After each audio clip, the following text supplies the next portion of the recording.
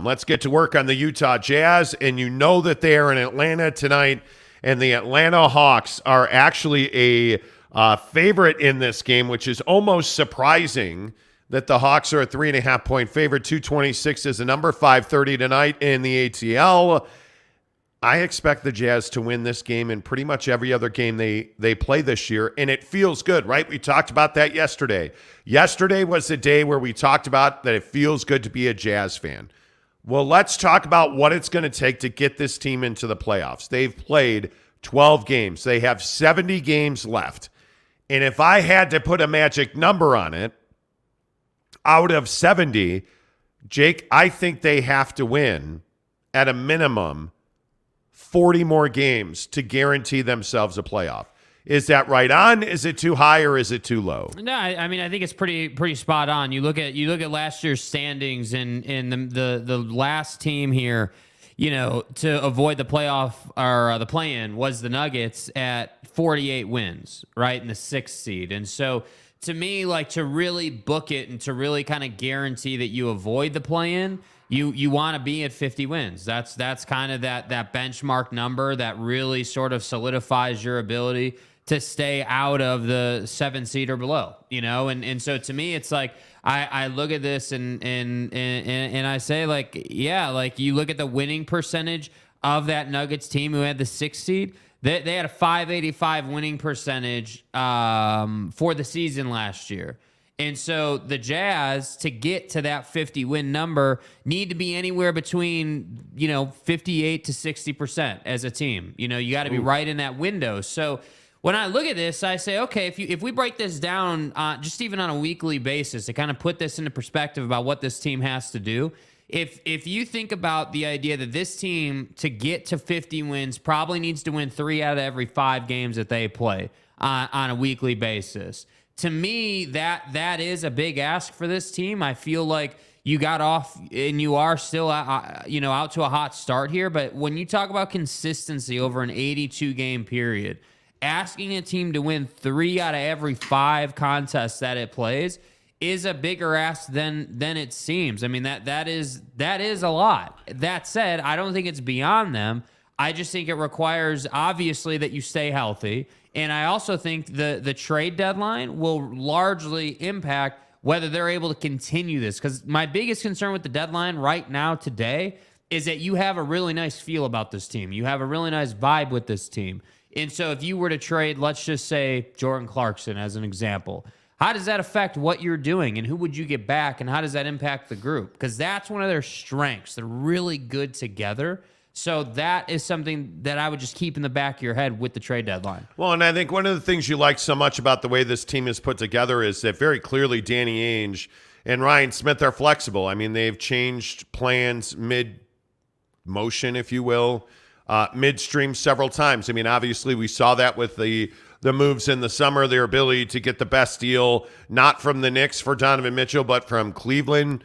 That turned out to be a transformative, franchise-shaping deal that brought you Colin Sexton and Lauri Markkanen, who's arguably your best player. So I don't know that the Jazz are locked into, trying to build for the summer. I could easily see, and as it was explained to me a couple of days ago, yeah, if there's a chance for us to make a deep playoff run, we're going to do everything we have to do at the deadline. I think it'll be interesting to see if they actually do that. I think they are in a position now. Obviously, you're only 12 games into the season, but you're in a position now where you can take the picks that you have and you can leverage those picks to add players to make you a better team. I can't see them really going out and making a splash for a superstar, but maybe they don't need that to win a playoff round or two. Maybe they don't need somebody like again, the guys that always come to mind are the Bradley Beals of the world. Maybe they don't need that to win a playoff series. But what I think you want to avoid is that awful place where you just make the playoffs, but you don't really lose enough to get as good a draft pick as you could possibly get. Mm-hmm. That doesn't mean you're tanking. And I think one of the things we need to do when we talk about the Jazz is we need to stop using the word tanking.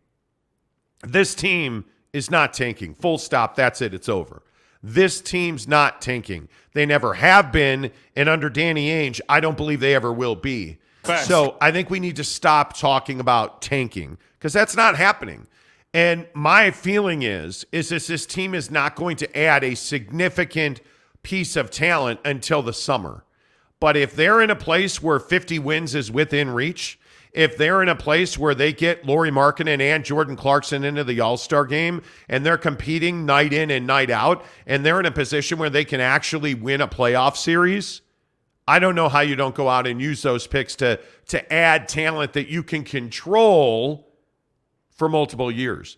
I, under no circumstance, believe that this Utah Jazz team should trade multiple draft picks to get a free agent to be. Jake, I think you have to be very measured and very careful about what you do at the deadline. But I think to answer the question specifically, when you look at the magic number, I think the magic number in the Western Conference this year is 44 wins. I think they have to win 44, essentially 44 games at a minimum. To secure a playoff spot, I think they have to win 48. To be lock solid into the playoffs, I think they have to win 48 games, which is 39 more wins. That's a lot of wins. You're talking about winning 58% of your games at that clip. That's a lot of wins. I don't know that that's possible for this team. Yeah, I mean, and again, that's why I think that word that you use, control. You got to have control of the guys that you would potentially trade for, because if that point you made about being in what I call no man's land, where basically where this team was before the teardown, like where you're able to get to the second round of the playoffs, but you're definitely not a Western Conference Finals caliber team. Like, that's not where you want to be. But I think it's also important to say that, you can't come off of or just suddenly change the expectations for this team. You can't at the beginning of the season say, hey, they were tanking and they're going to just tear this thing down and they're going to be garbage and no expectations. And then through the first 10 games, when they smash those expectations and completely open your eyes to the idea that Danny Ainge wasn't lying when he said he's too old for a rebuild and he's too old to tank, and they're actually like serviceable and good, and like they're playing well over 500 basketball, obviously, I don't think we should step off of those preseason expectations. I think if you're Danny Ainge, you're loving this because you're saying, okay, great, we've got this stockpile of picks that I got from the different trades I made in the offseason. We're playing compelling basketball, which means the organization is making good money off ticket sales and merch and all that stuff that really matters to the long-term success of the organization. And all I have to do is go out at the trade deadline and figure out a guy that I can fit into this group, but I can also control for, I would say, 3 seasons. That would be ideal. If whoever you picked up, you could control for 3 more years. And so I look at this and I say, while this isn't a tremendously difficult thing for Danny to do, I do think there are some complexities to it. Like, in finding that guy, those guys don't just fall off trees. Those guys aren't just readily available where you can call up any team in the league and be like, hey, yeah, we like Tim Hardaway Jr., so cough him up, right? Like, that's not how it works. Like, obviously, teams are going to be calling Danny. Danny's going to work deals. And so to me, it's like, this is while I feel like this team is rock solid, I feel like your path and your trajectory is very fragile. I feel like at the end of one phone call, the trajectory could have gone from 50 wins to like, a 200 team after the deadline if you make the wrong decision. And that's why I think I guess the word might be volatile. It's a volatile situation at the deadline, because if you make the wrong decision here, if you make a trade, if you get rid of, not that I think there's any situation where they would trade Lauri Markkanen, honestly, but like, let's say you did a big Lauri Markkanen deal, that would just rock this whole thing, So that's what I'm saying. It's not as easy as just like, oh, just go add a guy, just go find somebody. It's not that easy, and that's why I think it's great that you have Danny, but I just want Jazz fans right now, like we've been saying, to enjoy the ride now, because you don't know what waits for you at the deadline. Yeah, and I think that question of who you add is a big one. This is such an interesting place for the Jazz to be in. I mean, let's surmise that they're at, if you're at, 30 wins? If you're 30 and 12 at the halfway point of this season, I mean, the playoffs are clearly within reach. I mean, absolutely. How aggressive are you? Because I think, and I've spent a lot of time looking at this, when you get to 30 wins, I think is a critical determining factor of what you're going to do. Are you a 30-win team at the NBA trade deadline? Are you a 30-win team at the All-Star game? Are you a 30-win team in January? What does that mean for you? Because I think if you've won 30 games and you're into late January when you win your 30th game, I mean, you're cooking with gas at this point if you're the Utah Jazz. I mean, the world is your oyster, right? Yep. If you're 30 plus wins at the NBA trade deadline, I don't see how you're not aggressive. I really don't. And my tune has changed on this. A week ago, we were talking about that the Jazz need to be sellers at the deadline. But when you continue to excel at the level that they've excelled at, it's not a fluke anymore. You've played 12 games. This is not accidental. This is not just a hot start. This is no longer a trend. We're starting to see at this point of the season the demarcation lines forming. Yeah. Right? So I think if you're a Jazz fan, put the number 30 in your mind. When does this team get to 30 wins? Because if it's in late January, early February, you're gonna put your foot on the gas at the NBA trade deadline, which again I think is February 10th. It is. If by February 10th you've won, 30 games, if you're at the halfway point of your season, and I seriously doubt that you're 30-12. I seriously doubt that. Yeah, because 12 wins would project you. No, 12 losses. 12 losses would project you.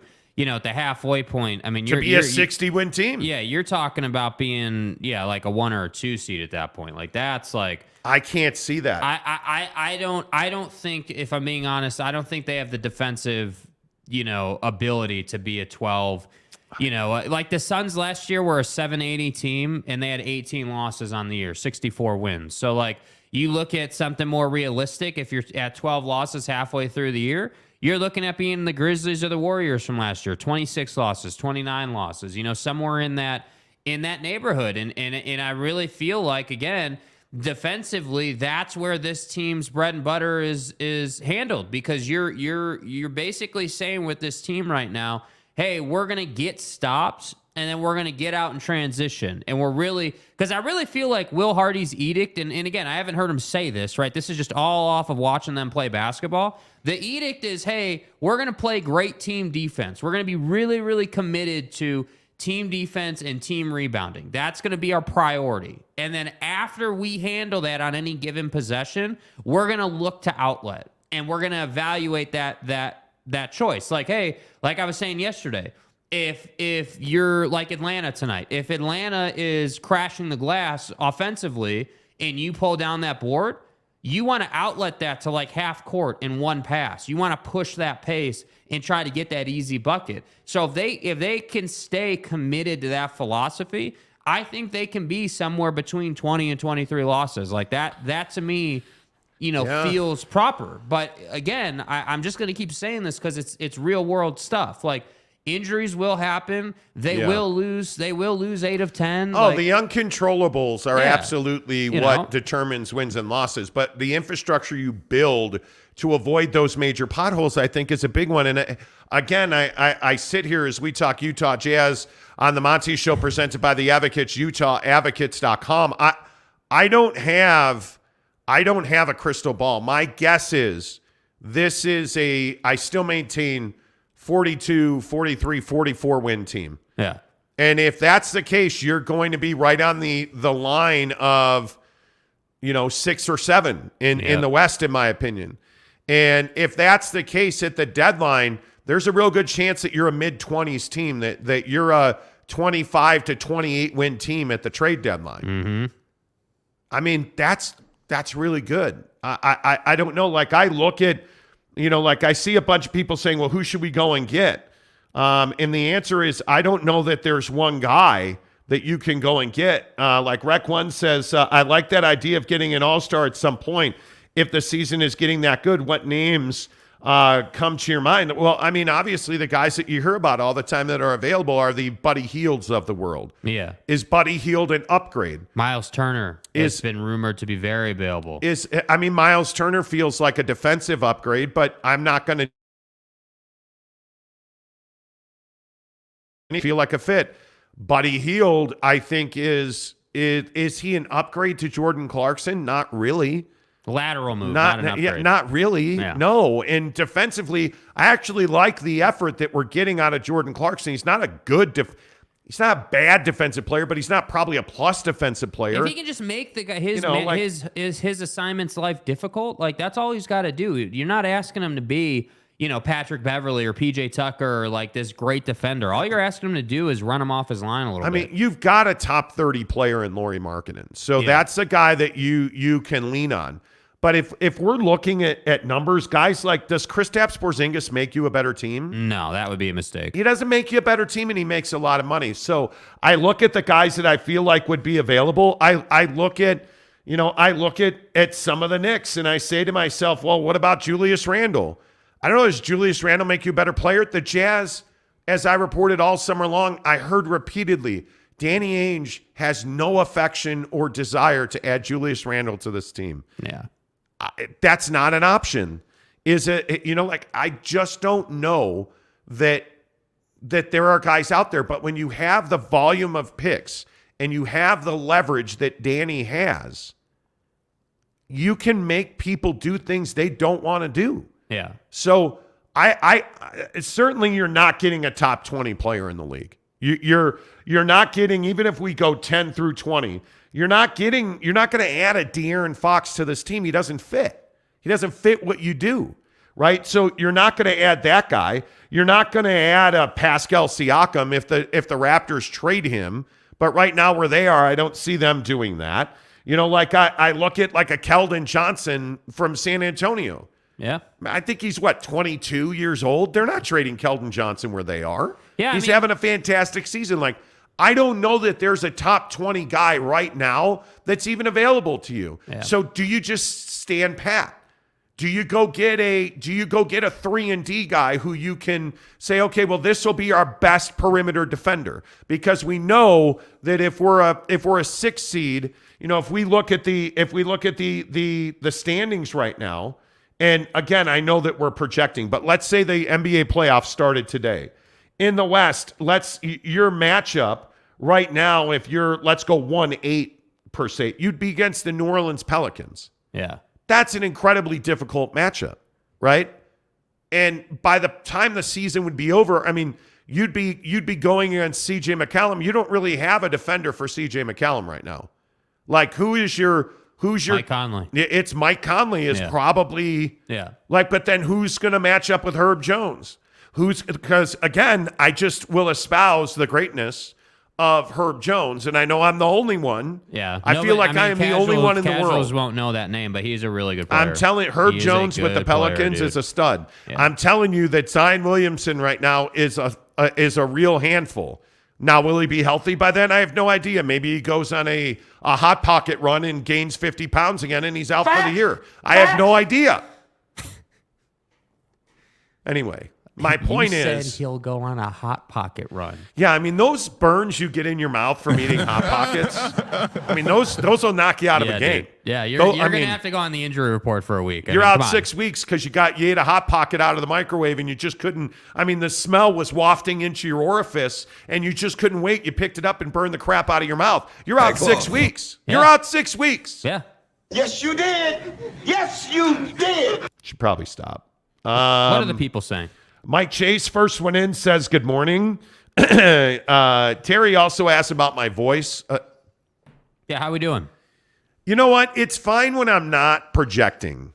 And we were just talking about this. Like, I'm sitting here before the show and we're laughing and joking. And I think I'm very proud of myself because as a loudmouth hot air balloon, generally, I talk a lot. Right. I have been very careful not to talk a lot because through this cold that I've had over the last week, I've felt my voice, that feeling you get like it's down here. It's down here where deep in the bosoms.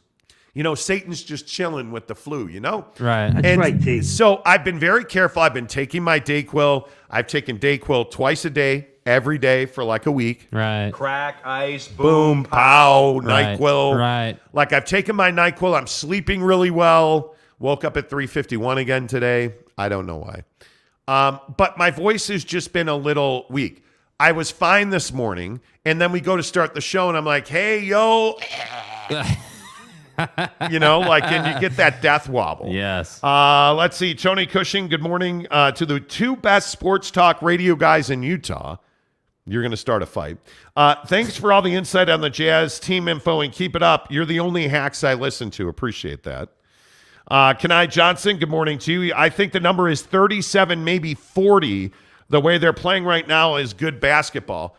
I mean, listen, if we'd have told you a month ago that they're going to be 9-3 on top of the Western Conference, you'd have jumped for joy. Mm-hmm. No, right? I think you would have called us stupid is what you would have called us. I mean, you would have jumped for joy. Yeah. I think if we had told you that. So I think 37 to 40 is an interesting number. I do. Neville 93, good morning to you, sir. How's the baby? I have a quick question. Who do you think will be the all-star for the Utah Jazz this year? Well, right now I think it's Markkanen or Clarkson. Yeah. I mean, I don't even know that that's arguable.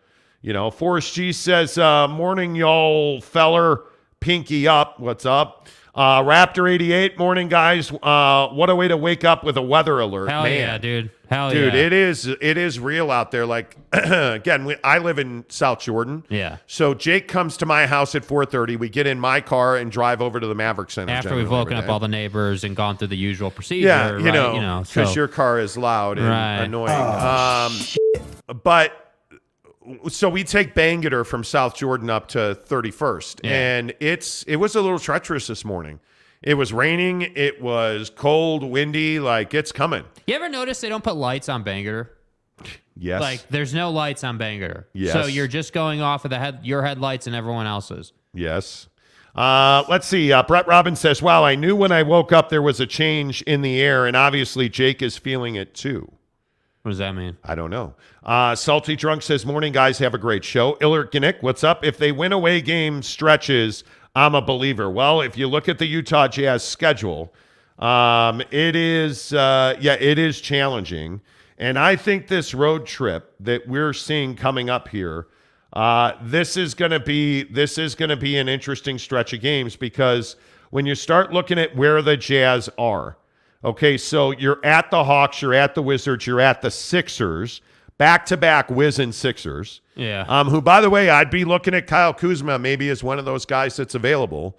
So keep an eye on that. Then you come home for the Knicks and Suns before you go to Portland, the Clippers, back for the Pistons, Warriors, Suns, Bulls at home, Clippers at home to end November. Yeah, like so you're going to know who this team is. Like, you're going to get a real good idea of just how good or how bad they are. Like, you're going to understand, like, so we know they are capable of beating the Clippers, but like by the time they see the Warriors, are the Warriors back to playing good basketball, or are the Warriors still playing crap basketball, And that's the other thing that's kind of on my mind is like a lot of these, good teams are not playing good basketball right now. And so it's really curious, when you have, like, if you have your 10-game losing streak in November, how does that impact your overall win total, come April, come playoff time? Like, what does that look like? Because, again, and I'm not trying to be negative Nancy, but this team is going to have one of those. Every team does. Every team does. It's like, how does, like, my question is, who's the go-to guy when you're struggling? Because I've noticed that when this team does go through stretches in games where, perfect example, when they've given up all these 15-point leads, there's not a guy on this team that can stop the bleeding. Like, Jordan Clarkson in those situations tends to not be Mr. Make. Like, usually he's Mr. Make when you're down 5 and you're chasing a team. Yeah. That's when he gets it going. But there's not that cold-blooded killer on this team right now that can kind of stop the bleeding. So I don't know. That's where I'm like, hey, I don't know. Like, if there's not a guy available at the deadline that I really like, maybe we do just stand pat, because we're not a championship team this year. Like, maybe we do just get. But are we all on that grind that we're not a championship team? I think that's That's something. certainly where I'm at. I mean, Yeah. I'm not going to sit here again and get way out of shape here about the Jazz. Like, again, you have to understand where the expectations were. They've played essentially 10 games. They've blown it out of the water so far. And these next 20 games are going to be very telling. These next 20 games are Massive. possibly, like, it's not a stretch to say that these next 20 games could be the most important 20 Well, games. I don't even think it's 20. I think it's the 12 games we just talked about to end the month. I honestly, I think that's going to dictate your path, because once November's over, I mean, I very much deal in, I'm like you, I'm in the quarter system in the NBA. Yeah. And I believe that quarter system gets you into your December games. That's when teams know they're behind the 8 ball or ahead of the game. So we'll see. Utah Jazz Talk on the Monty Show, presented by our good friends at TryDayTrading.com. That's exactly what their name says. Try Day Trading. And have you tried day trading? Do you know what day trading is? Do you have interest in the stock market? More to the point, do you have interest in changing your life? Are you tired of hating your job? Are you tired of waking up every day and going to work for the man and asking yourself, when are you actually going to start that business you've always talked about? When are you going to be able to afford that trip? It's Christmas and Thanksgiving coming up. When are you going to be able to afford the holidays? How much stress do you have on credit card debt right now? How tight are you because you just bought a house and you're not sure you can afford your mortgage? Think about those things. End all of that. Get to TryDayTrading.com right now and change your life. That's what it is. Do you want to make hundreds and thousands of dollars a day? If I said to you, well, how much money do you want to make every day? Ask yourself this simple question. If I said to you, hey man, how about, let's be really conservative. If I said to you, you could make $300 every single day for the rest of the year, would you do it? Would you be like, nah, I'm good. I'm just going to keep working for Joe over at the office? Or could I say to you, hey, you know what? Today is the 9th of the month. If there are 14 working days left in the month and we could make you $4,200 before taxes. $4,200 before taxes for the rest of the month. How many people right now listening to this show would be like, wow, $4,200, that's what I make in an entire month? How many of you bought houses recently over this past 18-month cycle? And you're starting to understand that, You're starting to feel the push down. Right? Like, how many of you have life circumstances that, that you're dealing with that are not really in your control? They just happen to be something that you have to deal with, that you need more opportunity. You need more, like, this is what I've always said about life, right? It's not about saving your money. It's about how do we make more money, right? That's what this life is right now in today's world. Yes. So that's why this opportunity is so good, because again, like he says every single day, we're not even asking you to commit to anything. We're literally just asking you to go to TryDayTrading.com/Monty and watch the webinar and make a choice. That's It's free. All you have to do is go there, put your name and email in there, and watch the webinar. There's no obligation beyond that. There's no cost. It's absolutely free. Change your life today. TryDayTrading.com/Monty. Justin Salas, good morning to you. It is still a little early for me to make any decision on the Jazz. I always say you don't really know what you have until 25 games. I don't disagree with that. And then there is Rock Hillaw. Highlaw? Okay. Utah Jazz NBA champions 2023.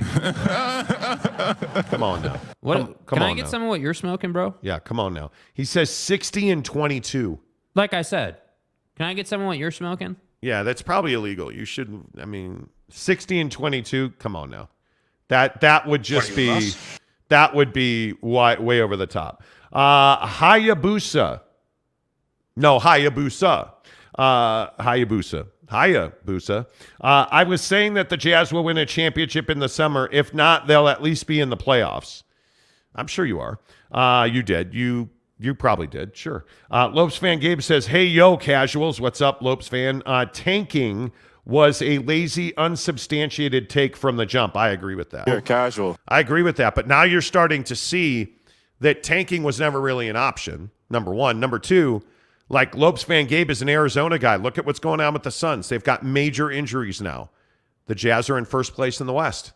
Is it because the Suns have injuries, or is it because the Jazz are playing really good basketball? I would tell you it's both. Yeah. Should you expect them to win the West? You shouldn't. Because eventually the Golden State Warriors are actually going to start playing basketball. Yeah. And you look at the performance by Steph Curry on Monday night. Come on now. Tell me you're not ridiculous, terrified. dude. Tell me you're not terrified by that. That's vintage, right? Yeah. This guy sounds like Tony Hinchcliffe. What does that even Homer mean? John says, I don't know what that means.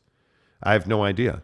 Let's see. Angel Flores says Mike Conley deserves another All-Star nod this year. He's the glue holding this team together and making them good. Yeah, unfortunately, there's like 8,700 point guards that are phenomenal in the NBA, which is going to be very difficult. I mean, it's going to figure something out. It's tough to be an all-star in the NBA at the point guard position. Giggity, what's up, my guy? Good to see you. Joan P. I hope I'm saying that right. Jone. How would you say? Yeah, Joan. Joan? Okay. Joan, yeah. They will make the playoff. That's pretty sure. Ooh, I don't know if I'd say that's. Yeah, see, like that's what I think. Again, with all due respect, like I'm With not all trying, due I'm not respect. trying to hate on you, but I don't think we can. I don't think that we should do this team, that disservice yet. No. I legitimately think that it's a disservice to say, book it, this team is going to make the playoffs. I think what you should say is, hey, yeah, book it, this team is 1,000% on the right track, and we need to see how this projects over. I like your number. I was more of a 20-game guy, but I'm kind of coming in the middle on 30 games. Like, I think 30 games allows you to play some better teams and like go through some adversity and kind of see how you bounce back, which is what really matters. So I would say after 30, we can kind of make that call. When do you win 30 games? Yeah. When do you get your 30th win? That's huge, man. When you get that 30th win, we'll have a conversation that day. Let's see. If you had to guess right now, you've got 9 wins right now. You need 21 more wins. My guess is you're late January. That'd be my guess. No, I think it's probably before that. I think it's before You think that. so? Yeah, I think okay, they're good enough to get that done before the end of the calendar year. In my opinion, they're good enough to do that. I think that like I haven't, gone super deep into their schedule, but like we're scrolling through it here and looking at like there are definitely a lot of winnable games on that schedule. Yeah, but there's a stretch in December. Let me tell you, this is their December outlook here. Okay, so after you go Bulls, Clippers to end November, you start with the Pacers at Vivint. Okay, we're good. I would expect them to win that game. The Blazers at Vivint. Win. Okay, we're good. Yep. The Warriors come to Vivint. You have to say that's a loss, but we'll see. The Timberwolves come to Vivint. Win. The Nuggets in Denver. Ooh. Yeah, that's probably a loss. The Pelicans come to Vivint. Win. The Pelicans come to Vivint back-to-back, the 13th and the 15th of December. I like them to beat that team. Like, they're faster than that team. Okay. The Bucks in Milwaukee. That's a loss. The Cavs in Cleveland. That's a loss. Detroit in Detroit. That's a win. The Wizards at Vivint. That's a win. The Spurs in San Antonio. Win. That's a win. That's the day after Christmas, and the Spurs have been playing good ball. Yeah. The Warriors in San Francisco. Definitely a loss. Sacramento at Sacramento. That's going to be tight. Miami comes to Vivint. Uh, That's how you end the year. Yeah, but like I said, so this is what I'm saying. Like, you look at some of these teams, and there's not a lot of games on the schedule where you're like, yeah, they're definitely not winning that game. There's not there's no games on there's not a single game, and I think this is an important point. There's not a single game on the schedule where you say they're definitely losing that game. This Utah Jazz team can beat any team on any night, and that's Milwaukee. I don't think we can say that. I disagree. I think they can beat any team on any night. No, you need to show me that you can stop. You can stop Steph. You can not stop them, but like you can not have them go for 40 or 50. I look at something in a different way. This is how you beat Dallas. Let Luka have Luka. Let Luka have his night. He's gonna get it. You're not. Yeah. Look right now, Donnie, Luka, Giannis.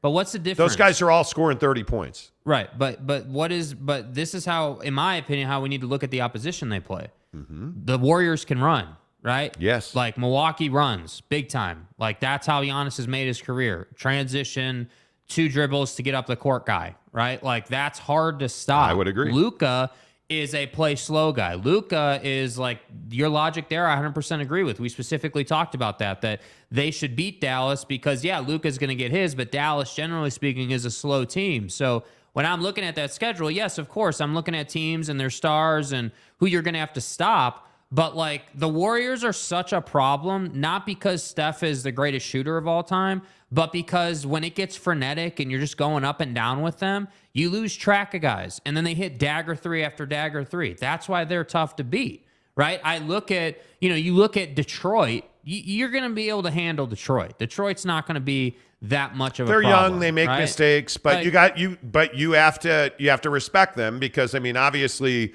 Cade Cunningham, Sadiq Bey, they have some guys. Bogey's got a point to prove. They can put the ball in the hole, right? Yeah. Milwaukee, Giannis is going to score 30. He's going to score 30. It is what it is. Ask me is Chris Middleton healthy for that game? Yeah. Is Klay Thompson? Is Dre? Look at Phoenix. Is Chris Paul going to play in that game? If he's not, I would probably say the Jazz have a real good chance to win that game. See, Phoenix is a great example. They're a great team, but they're not a fast team. They're a half court. Especially when Chris plays. When Chris Paul plays, they play a slower pace of basketball. And so, you look at Ayton versus Kessler, that's a really interesting matchup. I look at Vando versus Book, very interesting matchup, right? There are definitely matchups there. But my point just is with that schedule, when I look at that, to me, I don't think this team is good enough to beat the Warriors. They may get a win this year against the Warriors. Depends on what Warriors team shows up. Yeah. It depends on what team shows up. I think that we have a tremendous home court advantage in Salt Lake City. That's true. I think Vivint's a madhouse. Yeah. But my point is, when I look at that schedule, I think it's late January that you're getting to 30 wins. I think we can all ride high right now after 12 games. Well, if that's the case, you're in the mid-40s, I think, come season end. I think you're, Yep, absolutely. The biggest stories in sports every morning on this show are presented by Quick Quack Car Wash. Make sure you get to Quick Quack because it's raining outside. It's wintertime. It's snowing. There's going to be salt on the road. Make sure you get your Quick Quack Wash Pass. I'm telling you right now, it is the absolute best thing in the business. I'm a car guy, so of course I have a wash pass year-round, and it's always been Quick Quack. I like that they're friendly, and I'm kind of this guy, and we talk about this with grocery stores. Yeah. I hate automation. Mm-hmm. I'm an employee guy. Please. I'm an employee guy at grocery stores and at Quick Quack Car Wash. I love the fact that I hand my credit card or my debit card to an employee, and I say, "Hey, I want to do this. I want to do that." At Quick Quack, the best part is usually when you roll up, there's somebody standing there, right? And they have their little iPad in their hand. Yep. You have your wash pass. They scan your wash pass, and you're immediately through. And every single time, I can't remember a time where I didn't think to myself, wow, look at that. He's smiling or she's smiling. Like in West Valley over here at the Quick Quack, it's usually the same girl I see every time I go there. And she's always smiling. She's got on a button-up shirt, a tie, a jacket. They're very well dressed. They're really friendly. Yeah. I'm in and out of there in 5 minutes. And I also like that you get vacuums at Quick Quack, right?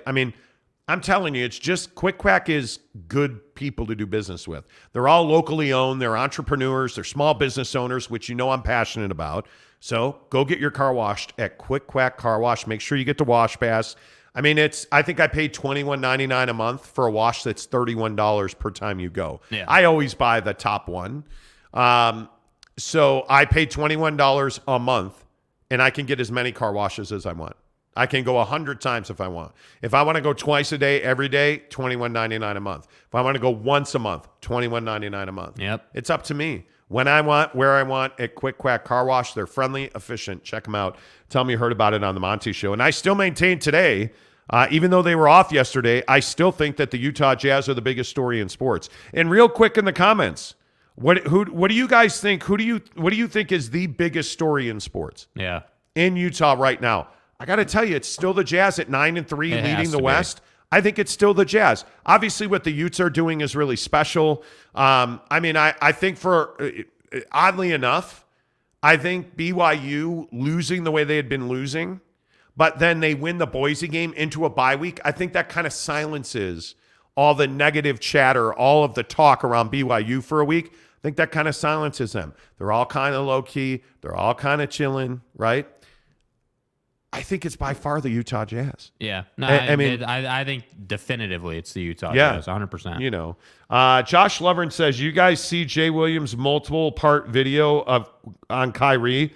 It's catching steam, apparently. I have seen it. What's up, Boyd Lake? Good to see you. Some of the other guys in here right now. Teddy Wayman says, morning, guys. Looks like we could win 50 games. You could.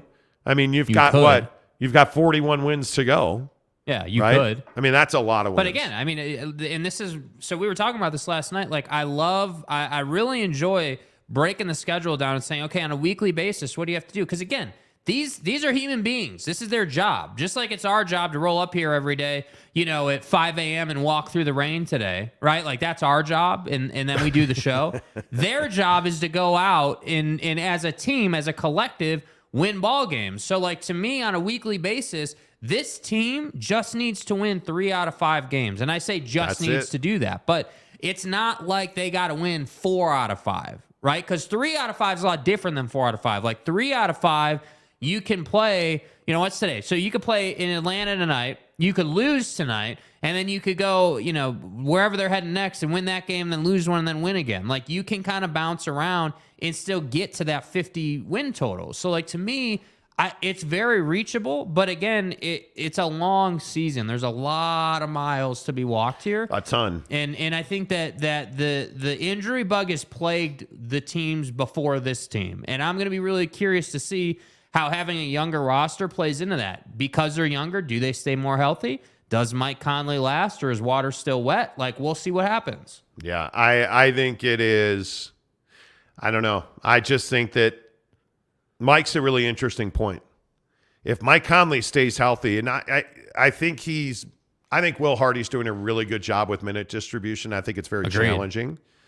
But I think if Mike can stay healthy, but now it's almost like you backstop that. Because if Mike Conley's out for a week, Colin Sexton's your starting point guard. Yep. And you wouldn't think twice about that. You wouldn't. But I think it bumps everybody up. I mean, the injury bug is going to hit. I mean, obviously Vando's out right now. He's questionable tonight in Atlanta. And there's no reason to rush him back either, by the way. No, you wouldn't. I mean, you're minus 3.5 in Atlanta. I mean, you're a 3.5 point dog, 226.5. Well, when you put up 140 on the Lakers, like 26.5. Yeah. It's not like Atlanta is some special defensive team. 113 points per team. You will see this is going to be a fast game. This Atlanta has a tendency to lose control of games, and teams get out and run against them. I'll be curious to see how this goes. Yeah, we'll see. We'll see. Let's see. Who else? Tanner Plummer says the biggest story in sports obviously is RSL. Okay, let's move on. Joan P says, I remember Laurie ridiculed Bull's offensive system. He also reached to Boylan, but just said, get more defensive rebounds and score from there. Yeah, Jim Boylan was a disaster. Yeah. The Bulls are very interesting. I'd watch the Bulls and the Jazz on the trade front because I think those two organizations like dealing with each other. Now, they haven't made a deal. Mm-hmm. But there's some guys on that team that could help you. If you could get a little more guard depth, if you could get, obviously, if you could get some scoring punch from them, the guy on that team I'd love to add to this roster is Javonte Green. Mm-hmm. I mean, if you could get Javonte Green from the Bulls, Pat Williams was absolutely a disaster waiting to happen. I mean, I think you have to feel really fortunate that Minnesota swooped in. Yes. Because I think Rudy Gobert would be a Chicago Bull today. And Vucevic and Pat Williams, And if we're being honest, it's good as a T-Wolf, right? Yeah, that's terrifying. Yeah. Oh, yeah. I don't think there's any doubt. But I think there's a lesser deal to be made with the Bulls. I mean, they're clearly not an elite team in the East this season. I think a lot of it's Zach LaVine's injury, but they're clearly not an elite team in the East. If you could get some guard, if you could get a Javonte Green, that would help. I think you would take that in a second. He's such an energetic player off your bench. I think Jones coming off their bench is a guy that I would love to have on this team, Jarek Jones Jr. There's a lot of reason to think the Bulls would be a good dance partner for you. Keith Carl says, morning, guys. Is the Pac-12 dead? Yet? No. Okay. Well, not yet. Not yet. We'll talk about that coming up next hour. Mesh says Curry dropped 47 and the Warriors barely beat the Kings by 3. The Warriors have major problems, and I don't think they're as good as they were last year. Clippers, Grizzlies, Suns are the top teams in the West. I think the issue with the Warriors is that they're tired. They look like a team that's played a lot of basketball, and I know they're coming off of summer, but they still look like a team that just hasn't started playing. And I still maintain that the Draymond Green, Jordan Poole thing is real. And Jordan's playing good basketball, but you can't tell me they're over that. And by the way, Klay Thompson's just not playing yet.